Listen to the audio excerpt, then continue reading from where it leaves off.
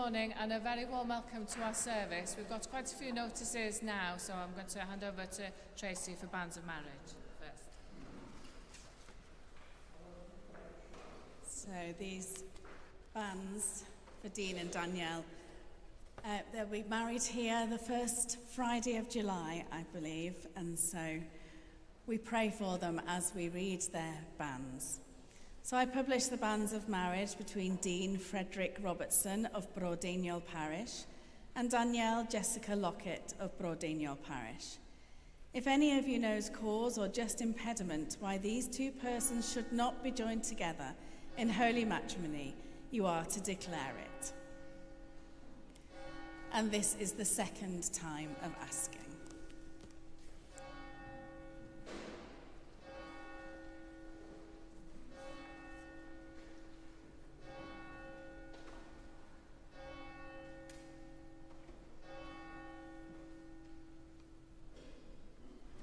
So a very warm welcome to you to our service, and an especially warm welcome to members of the North Wales Jamaica Society. It's lovely to have you here with us, and also to those walking the Cadvan Way as well. So I'll explain a little bit about how the service is going to be slightly different after, but I will just now go through our notices. So first of all, I want to remind you about our Doniau programme. So on Thursday, we have at 1:15 Brad and Jake, who are a guitar duet, so please do come and support Doniau. And also over Leaf, you'll find that we've got a list of appointments that we made at our AGM, and our Dean's Warden is Phil Roberts, who is at Eglwys y Groes, and People's Warden Canon Jane Coots from here, and also our sub-wardens for here, Canon Leslie Horrocks and Canon Gareth Iwan-Jones. And you will see a list of members of the Ministerial Council, and we are looking for more members as well. So if you do fancy serving on the Ministerial Council and you're on our electoral roll, then please do let me know. It's a privilege as well for us to be able to take part in the Windrush commemorations, and so part of the service will be given over to that.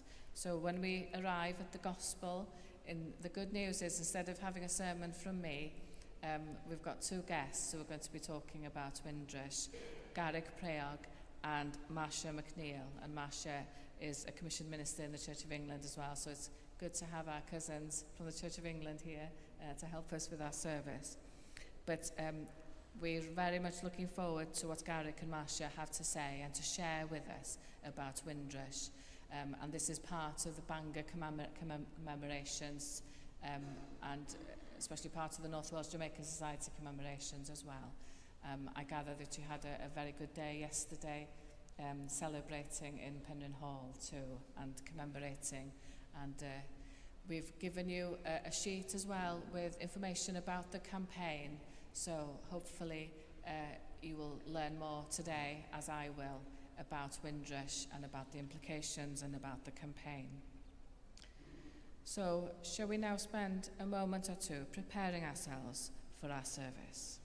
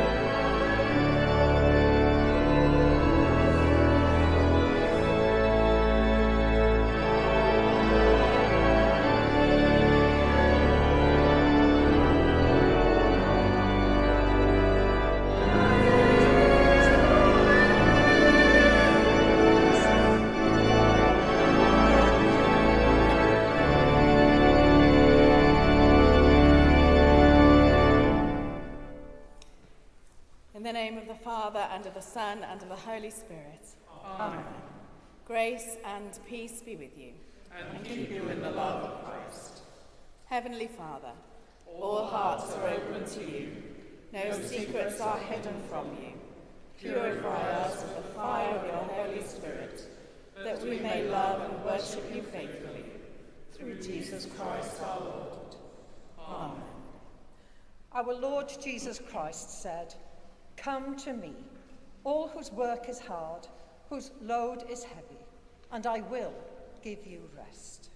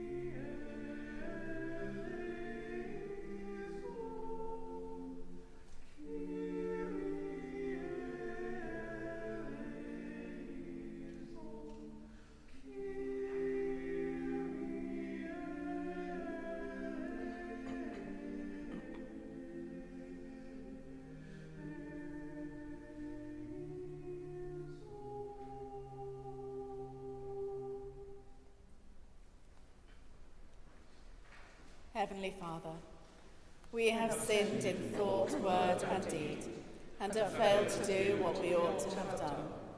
We are sorry and truly repent.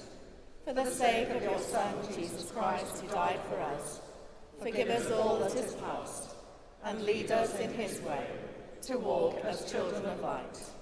Amen.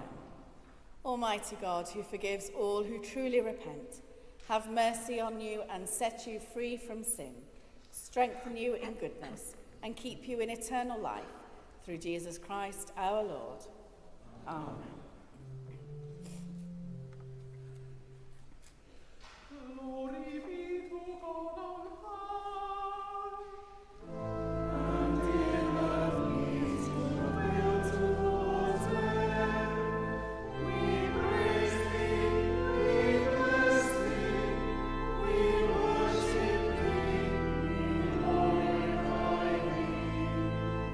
We give thanks to thee for thy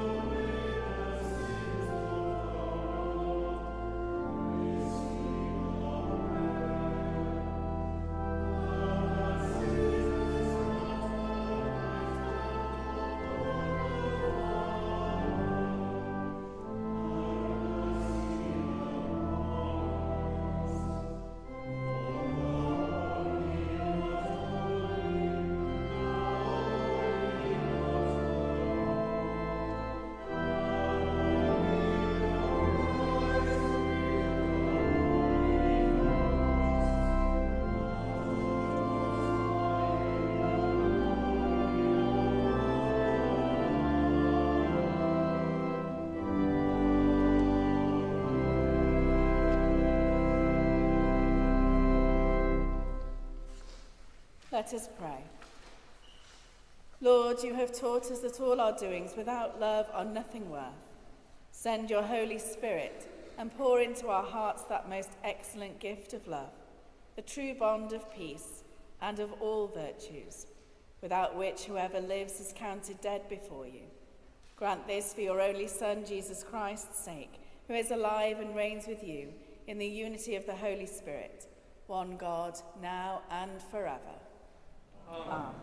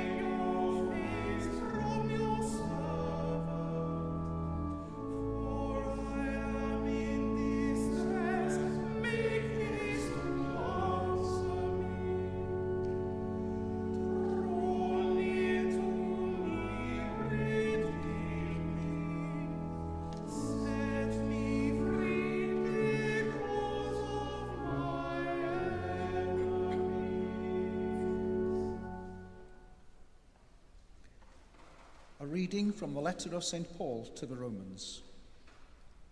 Should we continue in sin in order that grace may abound? By no means.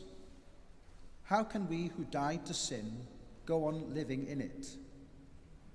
Do you not know that all of us who have been baptized into Christ Jesus were baptized into his death? Therefore, we have been buried with him by baptism into death, so that, just as Christ was raised from the dead by the glory of the Father, so we too might walk in newness of life. For if we have been united with him in a death like this, we will certainly be united with him in a resurrection like his. We know that our old self was crucified with him, so that the body of sin might be destroyed, and we might no longer be enslaved to sin. For whoever has died is freed from sin. But if we have died with Christ, we believe that we will also live with him.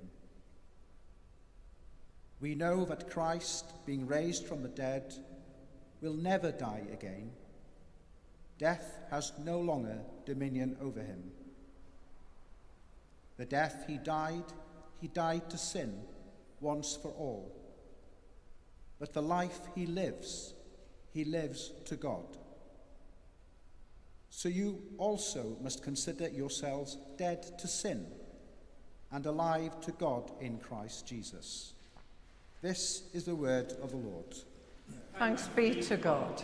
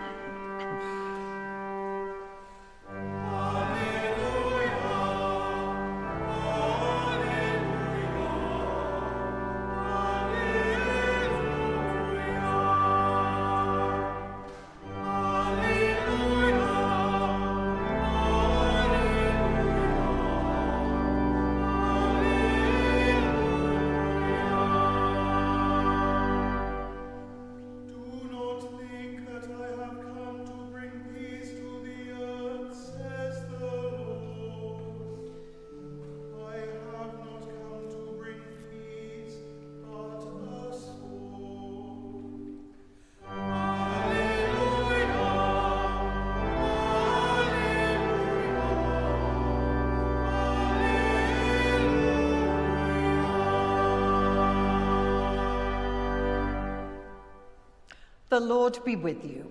And also with you. Listen to the Gospel of Christ according to St. Matthew. Glory to you, O Lord. Jesus said, "A disciple is not above the teacher, nor a slave above the master. It is enough for the disciple to be like the teacher, and the slave like the master. If they have called the master of the house Beelzebul, how much more will they malign those of his household? So have no fear of them, for nothing is covered up that will not be uncovered, and nothing secret that will not become known.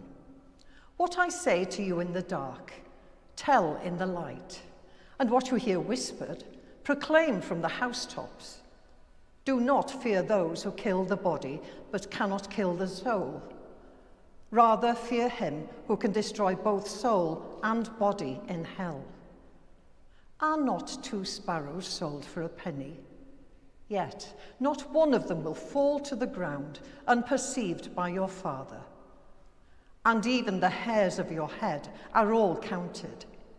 So do not be afraid. You are of more value than many sparrows.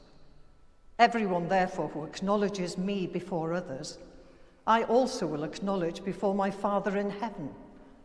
But whoever denies me before others, I also will deny before my Father in heaven. Do not think that I have come to bring peace to the earth. I have not come to bring peace, but a sword. For I have come to set a man against his father, and a daughter against her mother, and a daughter-in-law against her mother-in-law, and one's foes will be members of one's own household. Whoever loves father or mother more than me is not worthy of me, and whoever loves son or daughter more than me is not worthy of me.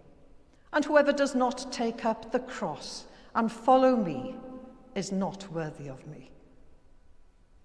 Those who find their life will lose it, and those who lose their life for my sake will find it." This is the gospel of the Lord. Praise to you, O Christ.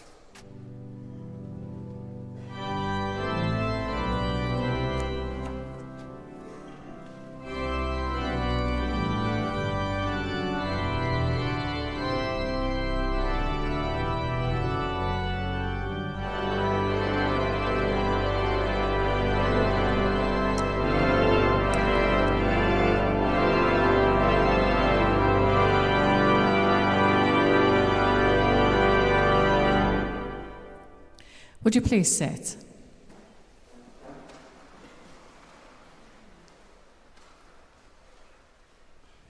So I'm delighted really that as part of the Bangor commemorations, especially for Windrush Day tomorrow, that we have 2 special guests with us this morning. So I'm going to hand over now to Marcia, and thank you very much for being with us, and perhaps you could introduce yourself to the congregation.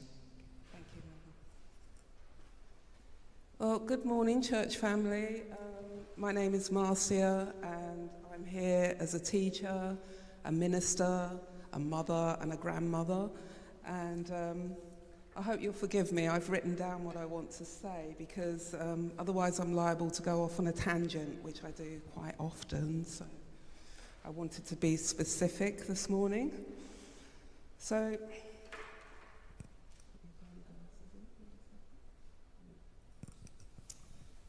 today, we gather with hearts full of gratitude as we celebrate 2 profound occasions, Windrush Day and Father's Day. We celebrate the Windrush generation, men and women of profound faith, resilience and dignity who answered the call to help rebuild this nation after World War II, bringing with them vibrant worship, rich culture and unshakable trust in God. We honour them, and we honour the fathers and father figures among us who live in our communities. As Proverbs 20, verse 7 reminds us, the righteous lead blameless lives, blessed are their children after them. A good father leaves a legacy of protection, provision, and truth. But today, our celebration is not merely a nostalgic look backward.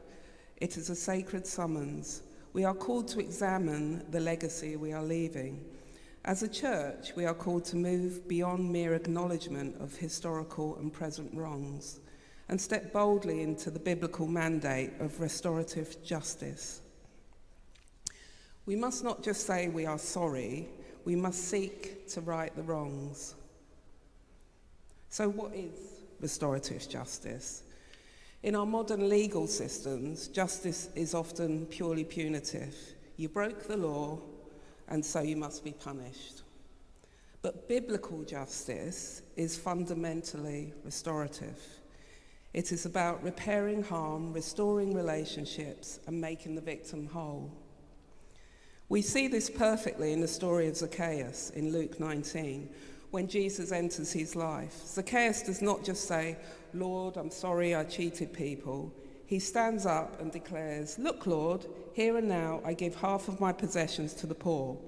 And if I have cheated anybody out of anything, I will pay back 4 times the amount." Jesus responds, "Today salvation has come to this house." So notice this, salvation and restitution are linked.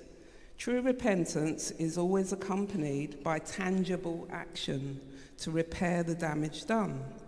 The prophet Micah echoes this, asking, "And what does the Lord require of you? To act justly and to love mercy and to walk humbly with your God." And that's in Micah 6, verse 8. So notice it says act justly. And act, of course, is a verb and it requires movement. To act justly, we must first confront the truth of our yesterday. As we honour the Windrush generation, we must acknowledge the deep, painful roots from which their journey grew. We must be honest about the church's historical role in the transatlantic slave trade. It is a painful truth, but it is the truth. Institutions of our faith and individuals within them were deeply complicit. How were we involved? First, through theological justification. Church leaders and theologians twisted scripture, using passages out of context to argue that slavery was ordained by God, providing a moral cover for unimaginable cruelty. Second, through financial profit. Many churches, denominations, and prominent Christian merchants directly invested in, owned, and profited from the slave ships and plantation economies. Third, through complicit silence. When families were torn apart, when fathers were stripped of their God-given role to protect and provide for their children, the broader church largely remained silent, prioritizing social order and economic gain over imago Dei, which of course is Latin for the image of God in every human being. So church, when we say the church was complicit, we aren't just speaking in metaphors. We are talking about the Society for the Propagation of the Gospel branding the word society into the chests of African men and women to mark them as church property. We are talking about the church investing its pension funds into the South Sea Company to profit from slave ships. We are talking about the church taking the government compensation money in 1833, money paid to slave owners, not the enslaved, to pay for the stained glass windows that we see in our historic cathedrals. We didn't just watch the sin happen, we funded it, we justified it, and we profited from it.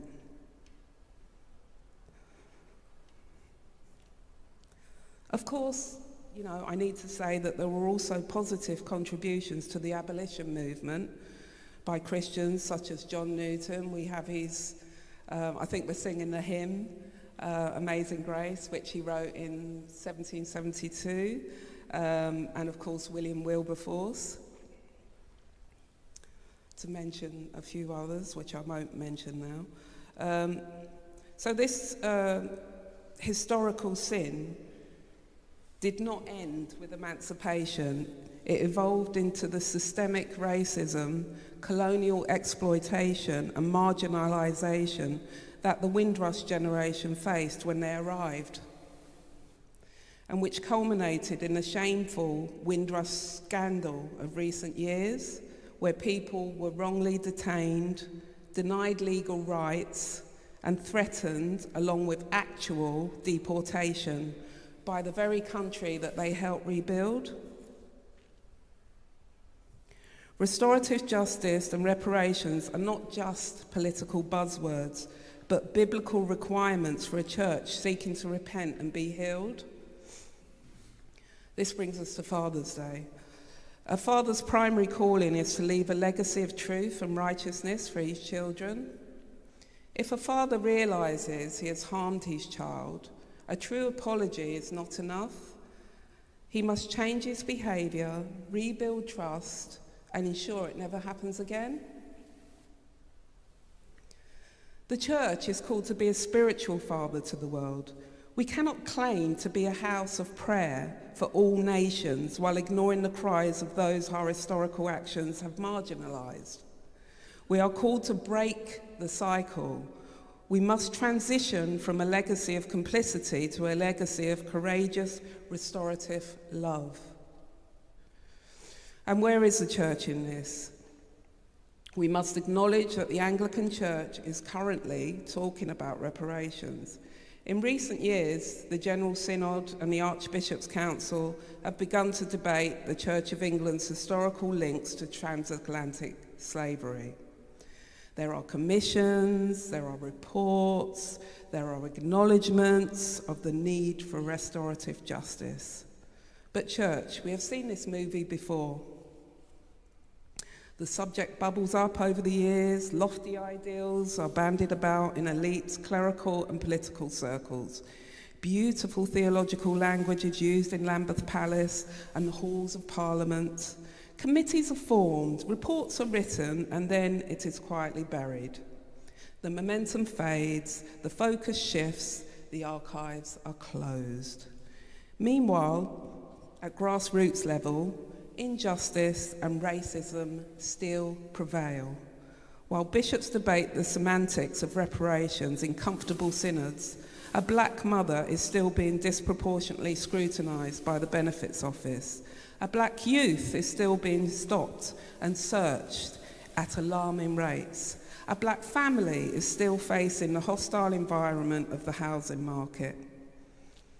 God does not dwell in lofty ideals. God does not reside in the polished minutes of a diocesan committee. As the psalmist declares, God dwells with the crushed and the lowly in spirit, which we're reminded of in Isaiah 57:15. When the elite talk of justice, but the grassroots suffer injustice, our religion is a hollow, clanging cymbal. This brings us to the uncompromising word of Scripture. The Apostle James writes with fiery clarity, "What good is it, my brothers and sisters, if someone claims to have faith but has no deeds? Can such faith save them? Suppose a brother or sister is without clothes and daily food, and if one of you says to them, 'Go in peace, keep warm and well fed,' but does nothing about their physical needs, what good is it? In the same way, faith by itself, if it is not accompanied by action, is dead. Faith without works is dead. An apology without restitution is dead. A commission without action is dead. Celebrating Windrush Day with a flag and a hymn while ignoring the systemic barriers that Windrush descendants still face is dead faith. Jesus stood in the synagogue in Nazareth and unrolled the scroll of Isaiah, declaring his mission. "The Spirit of the Lord is on me because he has anointed me to proclaim good news to the poor. He has sent me to proclaim freedom for the prisoners and the recovery of sight for the blind, to set the oppressed free, to proclaim the year of the Lord's favour, which is in Luke 4:18. Jesus did not say he came to form a committee to discuss the oppression of the poor. He came to set them free. The prophetic tradition of the Bible is not about comfortable contemplation. It is about disruptive, transformative action. It is about tearing down the walls of Jericho, not just singing about them.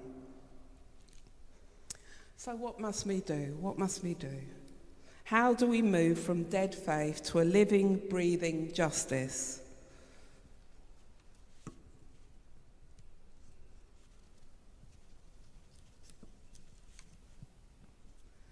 So, I've written down some positive solutions for the church. First, we must commit to radical truth-telling.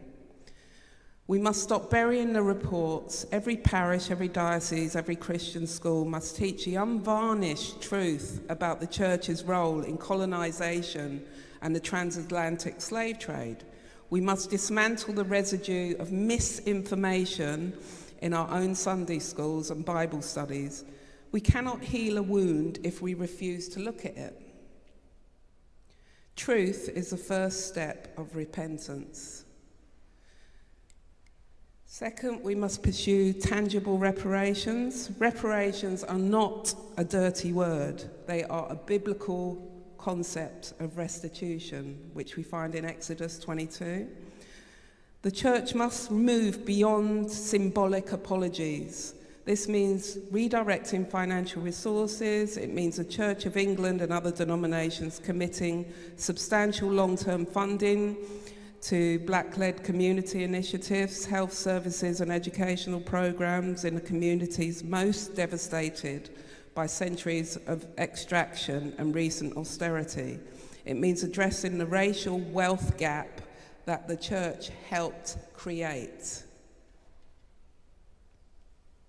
Third, we must dismantle institutional barriers within our own walls. We must audit our own churches. Who holds the leadership positions? Who is on the parish council? Who is preaching from the pulpit? Are we truly inclusive, or are we just tolerating diversity while maintaining control?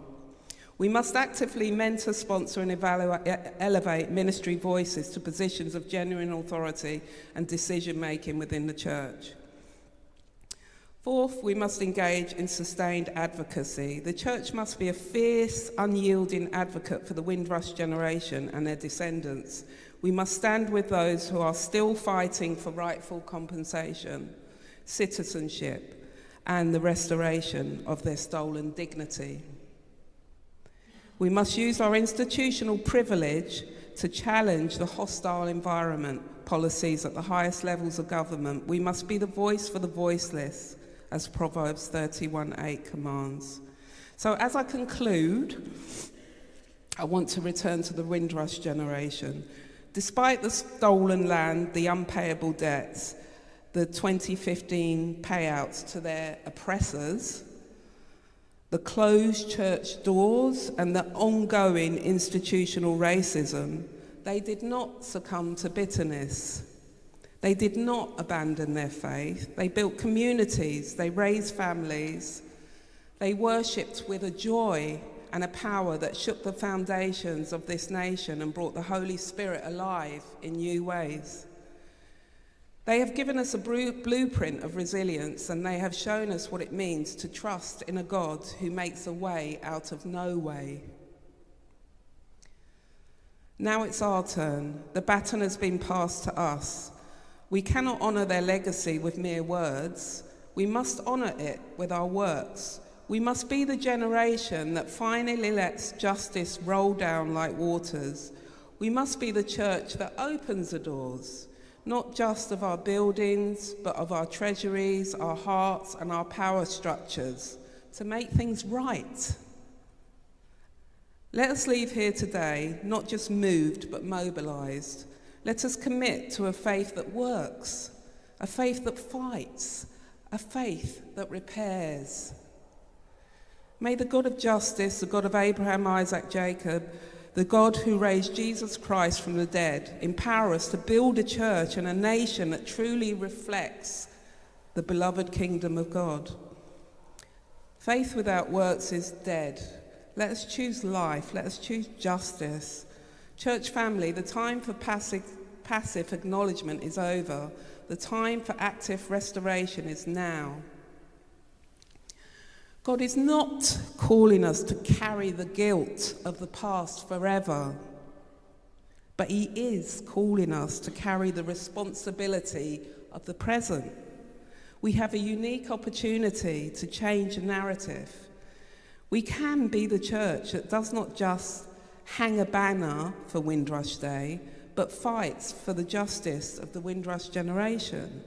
We can be the church that does not just hand out a card on Father's Day, but actively builds a world where every father is empowered to lead his family in righteousness and peace. Let us be the Zacchaeus church and right the wrongs so that the legacy we leave is one of glorious, transformative love. Let us pray.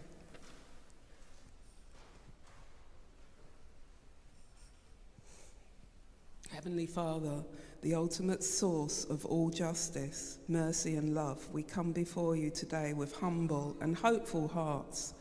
We thank you for the gift of the Windrush generation, whose faith and resilience have enriched our church and our nation. We thank you for the fathers and the father figures among us who strive daily to reflect your protective and providing love. Lord, we confess that we've fallen short. We acknowledge the painful history of our faith, where the name of Christ was misused to justify oppression and where silence allowed injustice to flourish. Forgive us, Lord. Cleanse our hearts and our institutions. But God, we do not just ask for forgiveness, we ask for the power to change. Give us the courage of Zacchaeus to make things right. Open our eyes to see the systemic wrongs that still exist today. And give us the boldness to act justly, love mercy, and walk humbly with you. Equip this church to be a beacon of restorative justice. Guide our giving, our advocacy, our teaching, and our mentorship. Let our actions speak louder than our words. May the legacy we leave for our children and our community be one of healing, equity, and profound active love. We step forward not in our own strength, but in the power of your Holy Spirit, trusting in the God who makes all things new. In the mighty and restorative name of Jesus Christ we pray. Amen.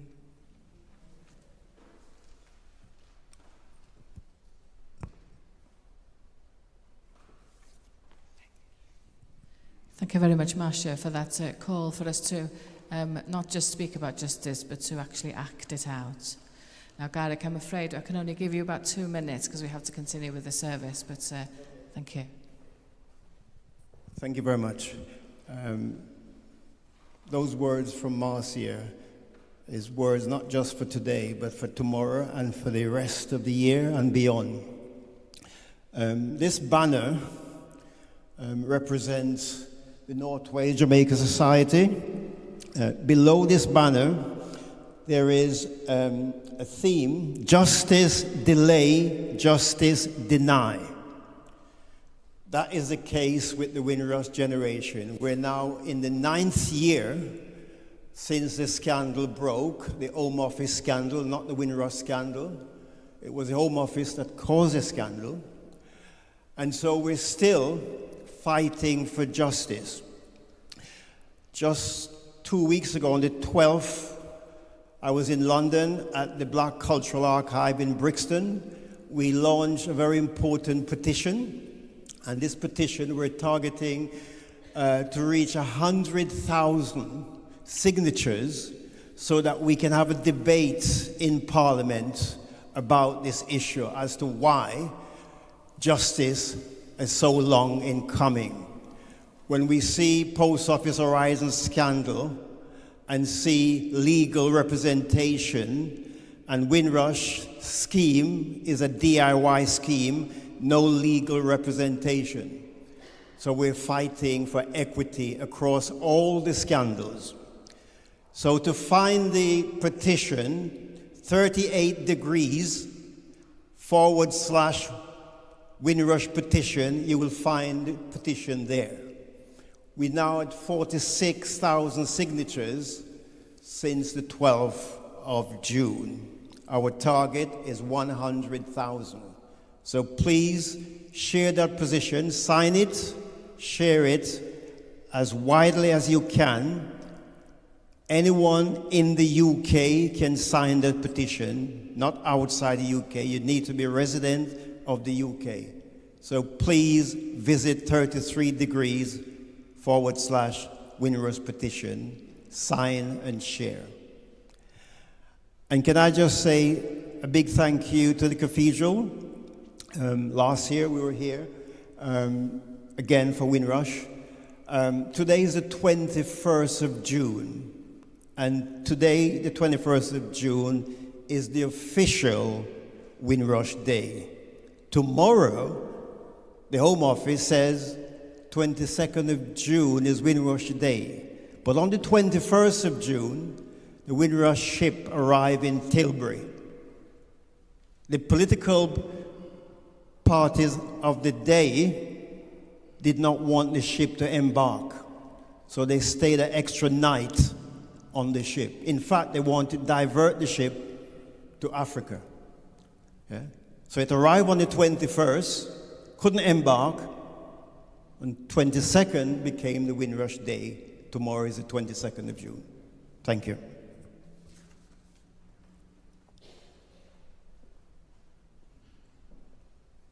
Thank you very much, Garrick. So the North Wales Jamaican Society are very active here in Bangor, aren't they? So if people want to know more about the North Jamaican Society, I'm sure you can Google it.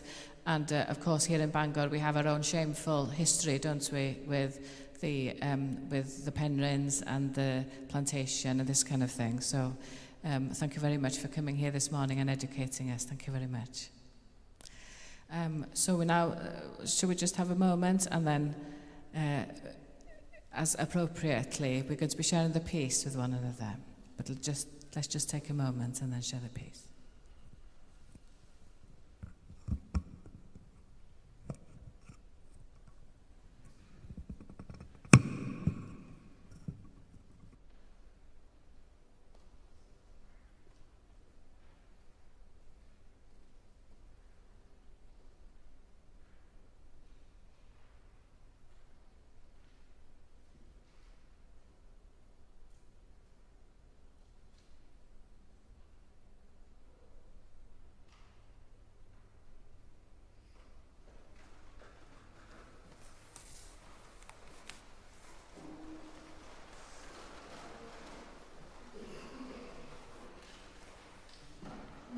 So we turn to the bottom of page 13 for our peace.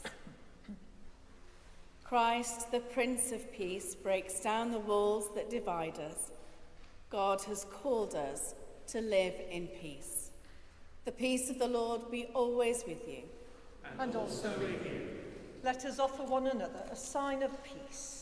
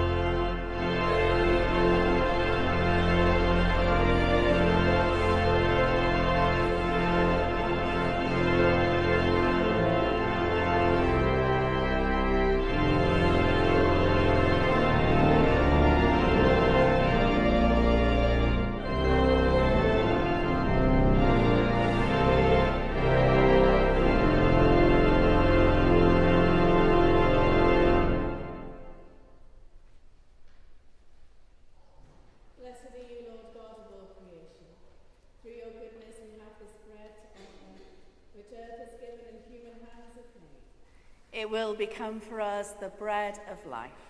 Blessed be God forever. Blessed are you, Lord God of all creation. Through your goodness we have this wine to offer, fruit of the vine and work of human hands.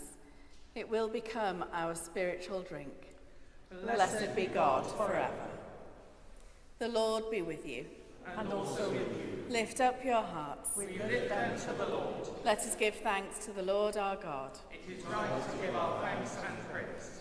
It is always right, wherever we are, to thank you and to praise you, God our Father and King forever, through Jesus Christ, your Son, who was anointed by your Spirit to announce good news to the poor, to proclaim release for prisoners and recovery of sight for the blind, to let the broken victims go free, and to proclaim the year of the Lord. So, here on earth, with the angels and archangels and with everyone in heaven, we praise your name and sing.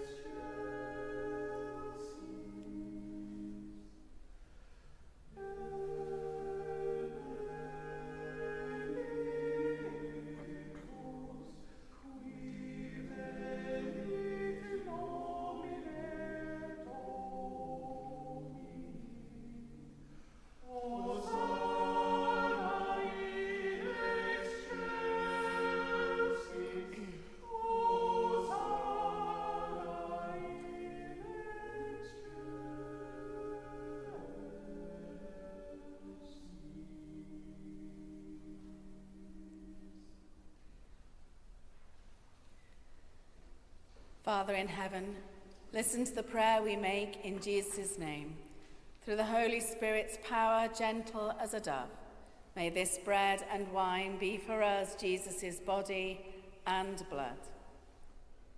Father, we remember when Jesus had supper with his friends the night before he died. He took the bread, he thanked you, broke it, gave it to his friends and said, "Take this and eat it. This is my body given for you. Do this to remember me."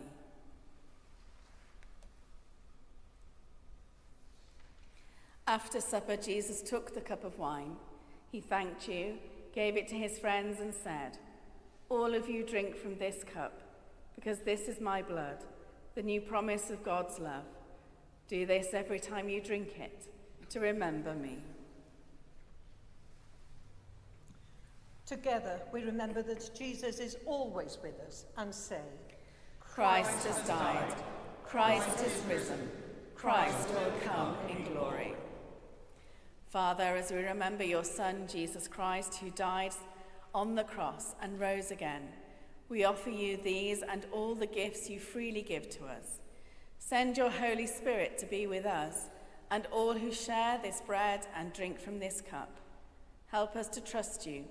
Bring us closer together and welcome us with all your people into Jesus' glorious kingdom. All honor and glory belong to you, Father, through Jesus, your Son, with the Holy Spirit, one God forever and ever. Amen.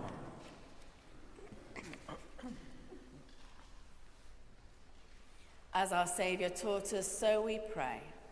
Our Father, who art in heaven, hallowed be thy name. Thy kingdom come, thy will be done, on earth as it is in heaven.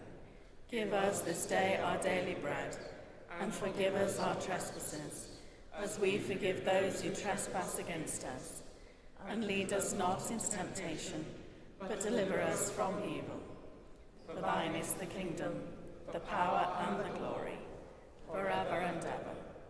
Amen. We break this bread to share in the body of Christ. Though we are many, we are one body, for we all share in one bread.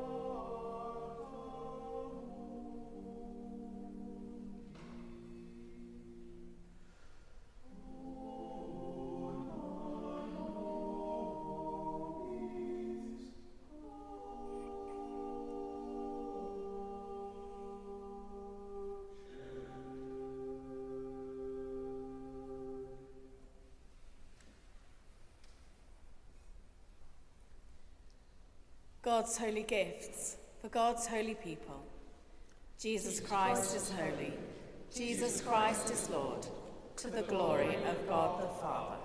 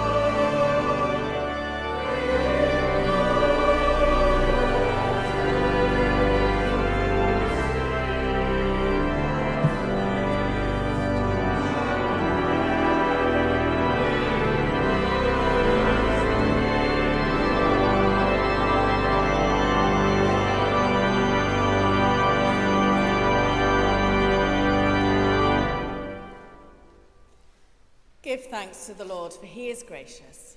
His love is everlasting. God of truth, We have seen with our eyes and touched with our hands the bread of life. Strengthen our faith that we may grow in love for you and for each other. Through Jesus Christ our risen Lord. Amen.